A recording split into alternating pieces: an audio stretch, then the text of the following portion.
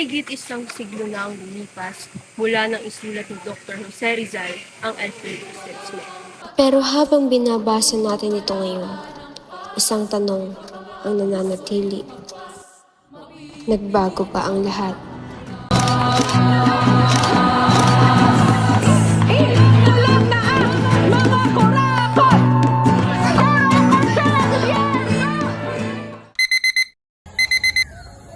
Shucks, late na.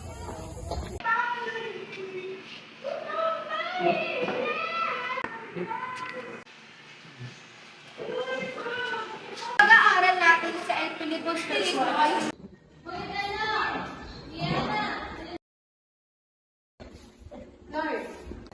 Lord. Bakit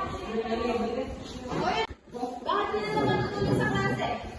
Ma'am, bakit po natin kailangan pag-aaralan to? Kasaysayan na naman po to. Saka ano po kailangan ito sa pagkuha ng kurso? Dahil ang kasaysayan ay hindi lamang tumutukoy sa mga tao noon. Ito ay tumutukoy sa humubog sa lipo na ginagalawan mo ngayon. Kung hindi mo naman unawaan ang nakaraan, paano mo magtutunan kung bakit nagkakaganto ang kasalukuyan? Kung ayaw mo makinig, pwede ka na muna lumabas.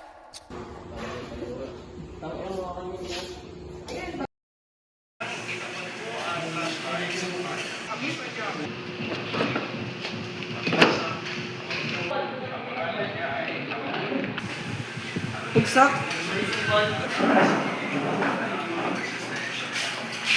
Ma'am, pwede po makagawa ng paraan para may pasok. Lord, mababa talaga ang naging resulta mo. Ma'am, please po, kahit anong requirements, basta may pasok. Ay, isang pagkakataon, magre-retake ka ng subject. Sige po, kailan? Sa susunod na schedule, pero may kondisyon. Kasama mo magre-retake, nasa iba pang level. Ang pag-aaral natin sa El Filipos Christmas ay hindi lamang para sa mga tauhan. Kung hindi, susuriin din natin ang kanilang pamayan ng ginagalawan na nakalahad sa nobela.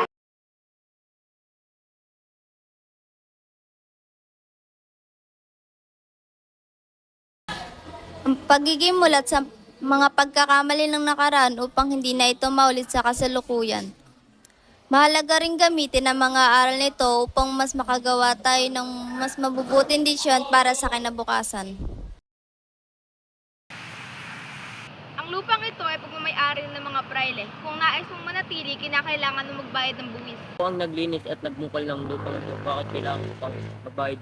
Ang lupang pinaghirapan ni Cabezang Tales ay naging simbolo ng laban ng isang taong hirap ipaglaban ang karapatan laban sa mas makapangyarihan. Magandang araw po. May umaangkit po sa lupang matagal na naming sinasaka.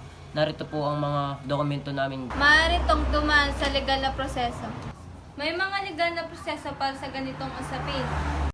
Ngunit para sa ilan, nananatili pa rin mahirap ang pagkamit ng ganap na katarungan. Kagaya ni Cabezang Tales, nakaranas rin ng mga aita sa Zambales ng pagkasira ng lupang kanilang pinagkukunan ng kabuhayan dahil sa tambak na basura. Buwan-buwan magbibigay sila sa amin ng 10,000 isang buwan. Kasi ayaw, kahit na hindi kami papayag at hindi, papayag kami hindi, pagpatuloy nila kasi naumpisa na nila. Bago kami nagbiyak, nalaman na namin na napatag na nila. Oo, dahil yung mga nangyari noon is nangyayari pa rin ngayon. Madaming problema noon sa lipunan na nagbago ng anyo. Pero pagdating sa kasulukuyan, parang mas lalo itong lumala. Ginoong Simon, bakit hindi mo itaya ang iyong mga diamante? Kung gayon papayag na lamang akong bayaran ng mga pangako.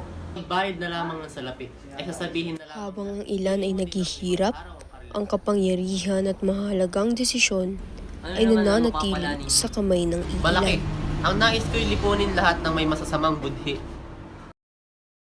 Unahin natin ang mga proyekto, direktang makakatulong sa mga tao. Pagpapaayos ng mga daan, pagpabuti. Ang kapangyarihan ay hindi dapat ginagamit para sa sarili, kundi para sa mga taong pinaglilingkuran. Ang pondo. Noon, ang pagkakamali ng isang estudyante ay maaaring maging dahilan ng kahihiyan sa halip ng pagkakataong matuto. Placido, ikaw ang sumagot. Hindi ko po alam, Padre. Anong pinagkaiba ng noon at ngayon? Ikaw, Miss Claire. Ngayon, mas pinahahalagahan ang paggabay at pag-unawa sa mga estudyante. Subukan natin sagutin na magkasama. Isagani, bata ka pa.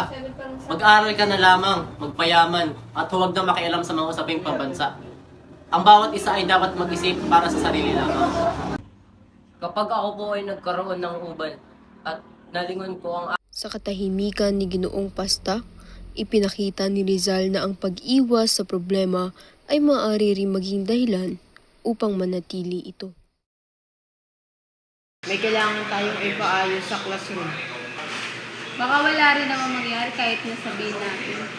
Mas mabuting sabihin natin kaysa manahimik.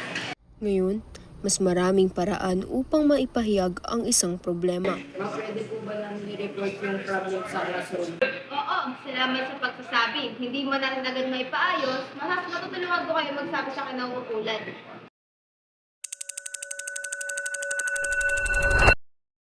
Lord, ano nga bang pinagkaiba ng noon at ngayon? Next na! Uy, tinatawag ka ni ma'am. Anong pinagkaiba ng noon at ngayon? Ma'am, doon po ay marami po silang ipinaglaban dahil wala po silang kapangyarihan dati para mabago ang kanilang sistema. Saka ma'am, marami na kayong paraan ngayon sa dati. Pero di ibig sabihin na wala na tayong problema patuloy. Siguro yung pinakamalaking bago is yung paraan at panahon. Pero may mga aral pa rin tayo na sinabi noon pero ginagamit natin ngayon. Maaaring magbago ang panahon, ngunit may mga problemang nagbabago lamang ng anyo. Dahil ang kasaysayan ay hindi lamang dapat alalahanin, ito ay dapat unawain upang hindi na natin muling ulitin.